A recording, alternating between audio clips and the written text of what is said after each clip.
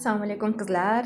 Xitoydan kelgan tovarlarimni raspakovka qilamiz. Raspakovka davomida kargo haqida ham sizlarga aytib o'taman, qanday zakaz qilishlarini ham o'rgataman. Bosh uchun massaj qiladigan zakaz qilgandim. Po'latli, qon aylanishini yaxshilaydi. 1 yuvanga oldim. 2000 so'm o'zbek puliga. Kargosi 3000 so'm bo'ldi. Umumiy 5000 so'mga to'g'ri keldi. Nima deb o'ylaysiz? Narxiga arziydimi? Kommentlarda yozib qoldiring. YouTube kanalimni shapkachasida Telegram kanalim bor. U yerga ulanib kanalimga qo'shilib olishingiz mumkin. U yerda ham ko'plab tovarlarimni rasmlarini, Xitoy pulidan o'zbek puliga o'tkazish haqida ma'lumotlarni joylaganman. Kuzatib borishingiz mumkin. Yana bosh massaj qiladigan bitta zakaz qilgandim, ikkita jo'natishga qoyil. 208 yuvanga 5000 so'm bo'ldi. Kargosi ham 5000, donasi 5000 dan to'g'ri keldi shunda.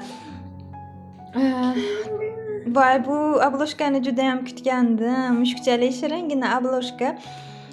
Telefonimga, Honor telefonimga mos keldi. Voy, hayajonlanganimdan qo'limdan ham chiqib ketdi. 508 yuvanga 10000 so'm bo'ldi. Kargosi 3000 so'm bo'ldi. Umumiy 13000 so'mga to'g'ri keldi. Rasmdagi bilan bir xil keldi. O'zimga juda ham yoqdi. Sizlar nima deb o'ylaysizlar? Puliga arziydimi? Kommentlarda yozib qoldiring. 1 kiloyimiz $6 hisoblanadi kargo puli.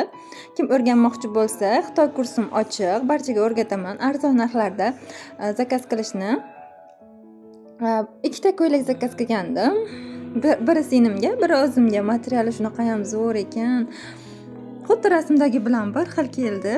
9 yuvanga zakaz qilgandim. 18000 so'm, kargosi 22000 bo'ldi va donasi 20000 so'mdan to'g'ri keldi. Bu pulga zo'r-ku, axir to'g'rimi? Siz ham shunaqa arzon narxlarda zakaz qilishni o'rganmoqchi bo'lsangiz, kanalimga qo'shiling, kommentda plus belgisini qoldiring. O'zim aloqaga chiqaman. Ajoyib narxlarda zakaz qilishni o'rgataman. Voy, bu mahsulotlar bilan o'zimga yoqdi. YouTube kanalimga obuna bo'lmagan bo'lsangiz, obuna tugmasini bosib qo'ying. Yangi videolar chiqishini kuting. Rahmat hammaga.